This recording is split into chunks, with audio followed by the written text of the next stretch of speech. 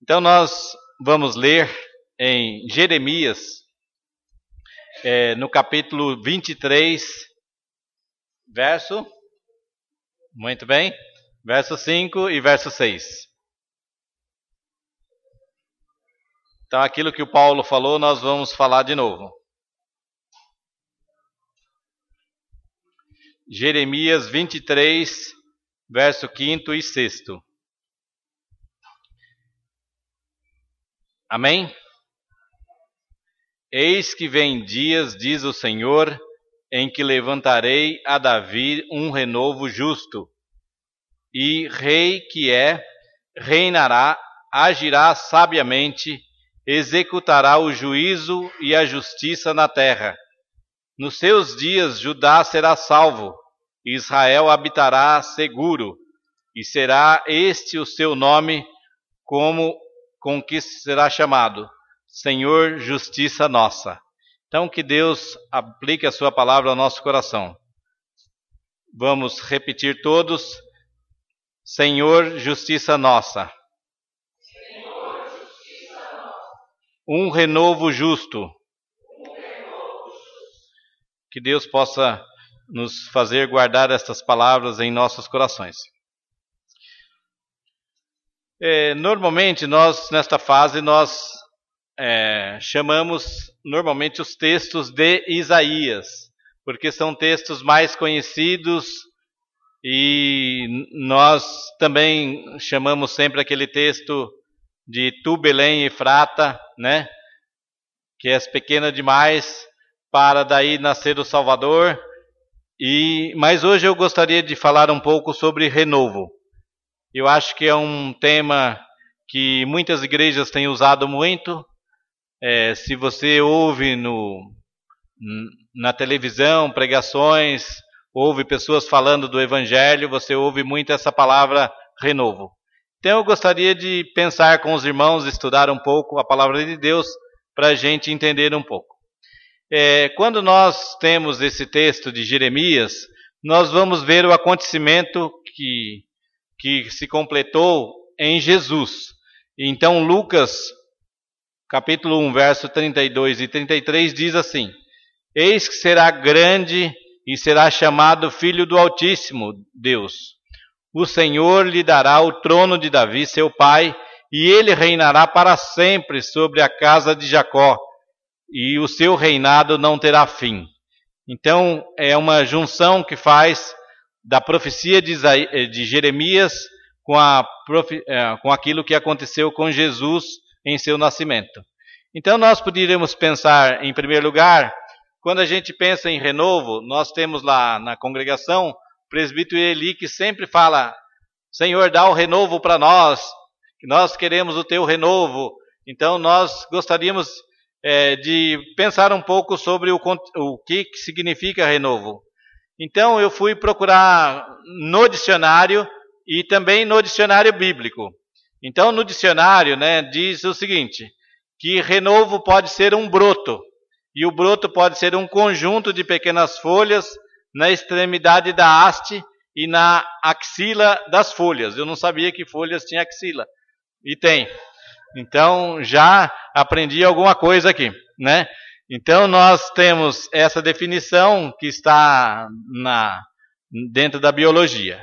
Aí, como figura popular, significa jovem, adolescente. Aí eu fiquei entusiasmado, por causa desse broto, desse renovo, desta coisa nova em nós, com o nosso pessoal, com a nossa igreja, com o nosso povo. Então pensei que realmente esta palavra de Deus é muito importante para os nossos corações. Aí o outro termo que também significa renovo é rebento. Aí rebento significa um pequeno broto de uma planta. Um gomo ou um botão, uma germinação de uma semente. O desabrochar de um botão. Pode ser o fruto ou o produto.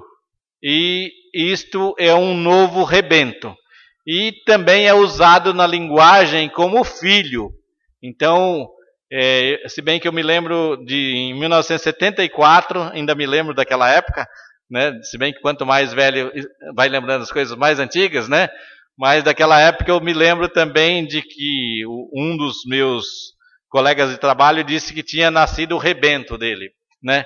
Que tinha nascido o filho dele, o Hélio Figueiredo, que veio uma época aqui na igreja. Então, nós temos Jeremias anunciando que haveria um renovo. Esse renovo seria um broto, ou esse renovo seria um rebento, este renovo seria justo. Então, Deus daria um renovo justo, quer dizer, alguém que viesse de uma forma totalmente inusitada. Quando nós pensamos nas coisas, nós pensamos sempre naquilo que já conhecemos, naquilo que já fazemos, naquilo que estamos acostumados. Mas quando fala em renovo, vai surgir uma coisa nova, poderosa, diferente. Então os profetas anunciaram o renovo como alguma coisa totalmente diferente, inusitada para a vida do povo. Se nós compararmos o Velho Testamento, nós vamos ver que os profetas, eles estavam sempre anunciando, né, sobre a palavra de Deus, falando ao povo. E nós tivemos aqui representantes como Isaías. Isaías viveu 700 anos antes de Cristo. Jeremias viveu 600 anos antes de Cristo. Malaquias viveu 450 anos antes de Cristo. Então foram pessoas que estavam acostumadas a trazer a palavra de Deus, dar a mensagem, animar o povo, dirigir o povo, fazer com que o povo desviasse dos caminhos tortuosos para encontrar o caminho reto, permitindo que o povo alcançasse o alvo, não se desviasse daquilo que Deus tinha para a vida deles. Nós vimos também a condução de Moisés, que um pouquinho só que Moisés ficou junto com Deus, sem estar junto com o povo fez bezerro de ouro, adorou bezerro de ouro. Então Moisés, como grande líder, porém, quando a palavra de Deus anuncia, ela diz que vai vir algo novo, muito diferente, algo inusitado, algo desconhecido e para a vida do povo. Então, quando vem Jesus, ele significa o renovo, porque ele é o ramo que cresce como uma árvore recém-cortada. Porque enquanto Israel se desligou de Deus durante o tempo que os profetas não estavam presentes, porque aquele período entre o Novo e o Velho Testamento, como eu falei ontem, tem quantos anos mesmo?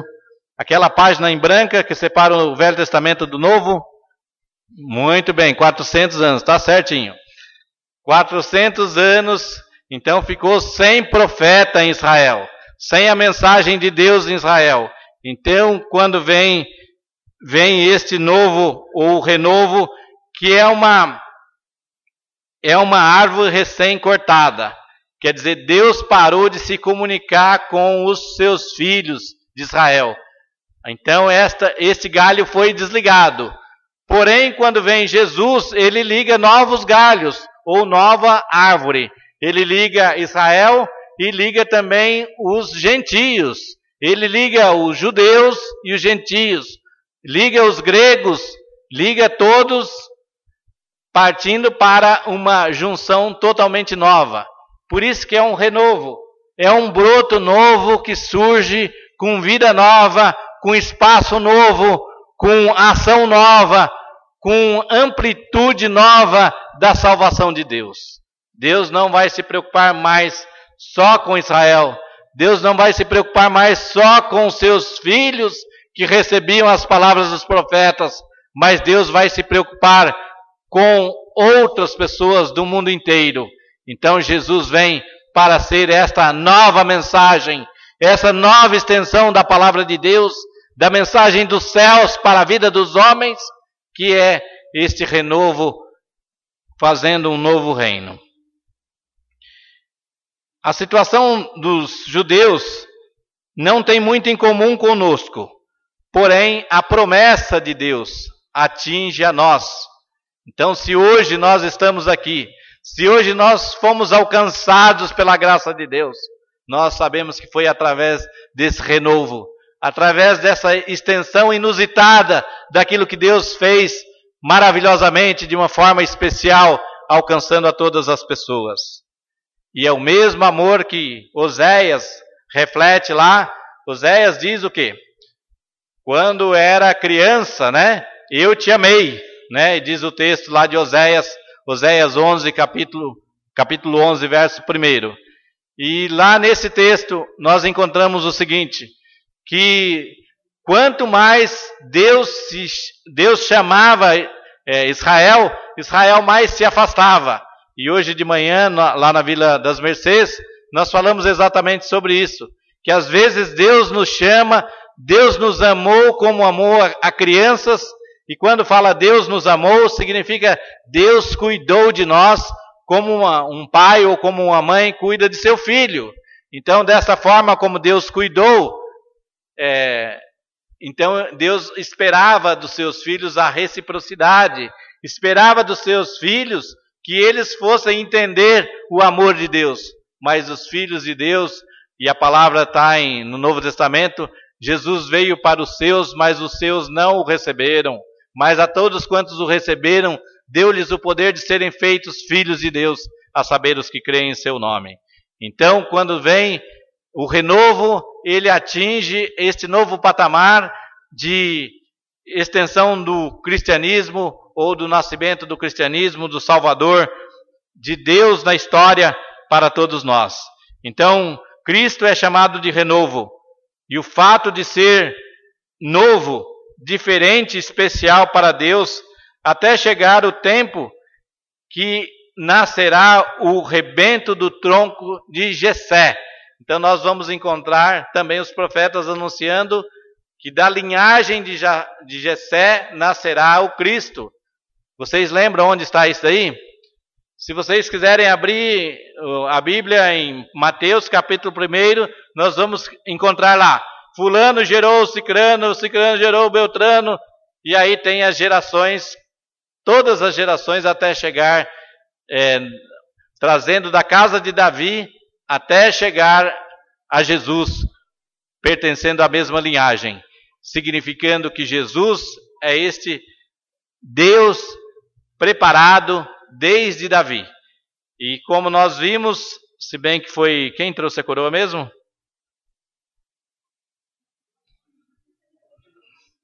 Jeremias trouxe a coroa, né? Então, mas no texto ou na análise bíblica, né, a coroa, né, representada na palavra de Deus é o trono de Davi. Então, Davi, que foi rei e que regeu o seu povo conforme aquilo que Deus queria, e ele se tornou o homem que a palavra de Deus chama que ele é o amigo de Deus, ele é segundo o coração de Deus, ele é a prefiguração de Jesus como rei. Então, Davi é a prefiguração de Jesus como rei. Porém, ainda é uma forma humana de ver um reinado. É uma forma, por exemplo, de um rei que é justo. É um rei que faz aquilo que agrada a Deus. Mas é um rei em que ainda tem os problemas humanos, as dificuldades humanas. Porém, quando Jesus chega, esse reinado é bastante diferente. Porque é um reinado que, primeiramente, e como já dissemos várias vezes, não é um reinado como os romanos. Porque os romanos, eles construíam castelos, construíam palácios, as grandes construções representavam para eles o poder. Jesus não fez construções para ter poder. Jesus não dominou exércitos para ter poder. Jesus dominou o coração das pessoas.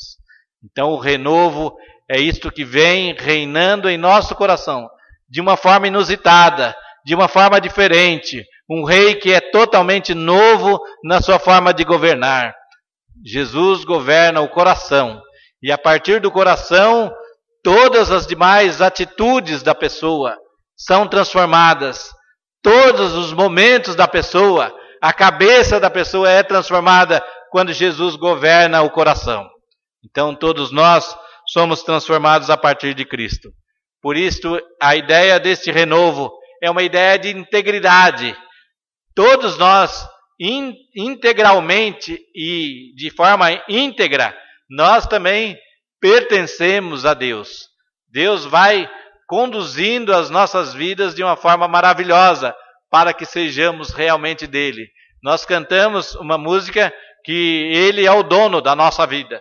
Na realidade, ele não chegou como dono.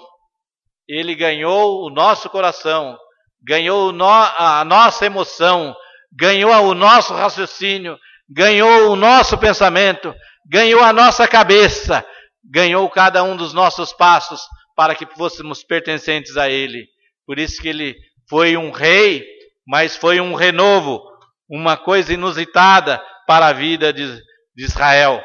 E construiu então um novo Israel. Não é mais o Israel antigo dos judeus ou dos hebreus, de uma nação, mas é um Israel que pertence ao mundo inteiro. É a igreja de Cristo que atravessa as fronteiras, as divisas, que vai por toda parte do mundo. É a igreja de Cristo que tem dentro dela todas. Eu diria que Jesus foi o único diferente para acabar com as diferenças. Então, quando Jesus trata a diferença, e ele trata a diferença intimamente em nós, ele faz um planeamento, né? uma planagem no nosso coração. Esta planagem do nosso coração nos torna todos nós meio parecidos. Todos os cristãos, eles se emocionam quando estão longe do seu país e encontram outros cristãos, porque dentro dos seus corações há esta planagem de Deus tocando dentro das nossas vidas. E mesmo que a gente seja um pouco mais emotivo, mesmo que a gente seja um pouco mais racional, normalmente esta união com Cristo, Cristo trabalhando no nosso coração, ele deixa a gente um pouco semelhante, pelo menos nas principais coisas, daquilo que nós entendemos do mundo, da forma como vemos o mundo, da forma como acreditamos em Deus, da forma como pensamos na salvação do mundo. Jesus nos transforma parecidos uns com os outros. Tanto é que quando Jesus forma o seu colégio de discípulos, todos eles, cada um tem a sua personalidade, mas todos eles têm o mesmo amor, têm a mesma dedicação, a mesma forma de servir a Deus, a constância para com Deus. Mesmo eles tendo as suas dificuldades e cada um passando por seus problemas diferentes, eles acabam sendo bem parecidos. E não sei se os irmãos sabem, eles recebem em Antioquia o nome de cristãos. Então, aquilo que serviu para ligar foi o quê? Cristo na vida deles. Então eles foram chamados pela primeira vez em Antioquia de cristãos, porque eles eram parecidos com Cristo. Então nós podemos dizer, Jesus é o rei diferente que governa a nossa vida para nos tornar cristãos parecidos uns com os outros. Porém, a palavra de Deus vai além, não fica só na transformação do nosso coração. O apóstolo Paulo diz, no qual não pode haver grego, nem judeu, circuncisão, nem incircuncisão, bárbaro, cita, escravo, livre, porém Cristo é tudo em todos. Não sei se os irmãos sabem por que aquele pessoal lá recebeu o nome de bárbaros. Porque no interior a gente fala, que barbaridade, né? Que não tem nada a ver com isso aqui, né? Os bárbaros eram pessoas que falavam diferente dos gregos. Então a pronúncia deles era diferente. Então aí os outros não entendiam, então eles eram bárbaros. Mas eles eram bárbaros porque eles não conseguiam se comunicar corretamente. E também porque eles também fizeram barbaridade também. Porque eles avançaram nas lutas e nas guerras e eles se demonstraram vingativos e bravos. Porém, dizem que o povo mais bravo não eram os bárbaros. E o apóstolo Paulo coloca aqui, cita. Os citas, né? Eles eram povos mais bravos. Para vocês terem uma ideia, eles gostavam de fazer copo da cabeça dos seus adversários. Então eles cortavam para fazer alguma coisa para tomar na cabeça, na antiga cabeça, né? Dos seus adversários. Então o apóstolo Paulo diz que nem o bárbaro, né? Nem o cita, em Cristo eles não têm diferença. Em Cristo, Cristo é tudo em todos. Então, quando nós olhamos para os nossos irmãos, quando olhamos para todos aqui, sabemos que nós temos este Jesus diferente que aniquila as nossas diferenças. Tem um autor que falou uma besteira e eu vou repetir também. Não significa que eu concordo nessa parte bíblica com ele. Mas ele falou uma coisa que eu fiquei pensando e tenho pensado e volta e meia tenho repetido também. Roberto da Mata. Ele é um antropólogo e ele no seu livro Carnavais, Malandros e Heróis, que ele escreve sobre o Carnaval do Rio de Janeiro, ele diz que o Carnaval transforma pessoas eliminando as diferenças. Os ricos e os pobres, atrás da máscara, eles são iguais. Então, nós poderíamos dizer que o Carnaval, né, ou as máscaras, podem tornar as pessoas iguais. Porém, não é esta a proposta do cristianismo.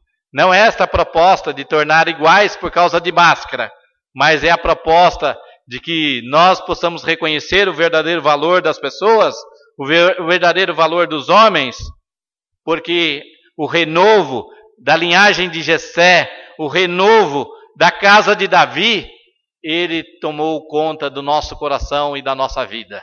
Então nós podemos ser transformados de tal forma que não haja diferença entre circuncisão e circuncisão, escravo, livre, bárbaro, cita, mas todos nós possamos ser aqueles que adotam, e não só adotam, que creem,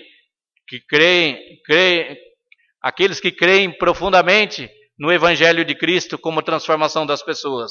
Então nós podemos saber que este Evangelho, ou este renovo, vem para nos modificar.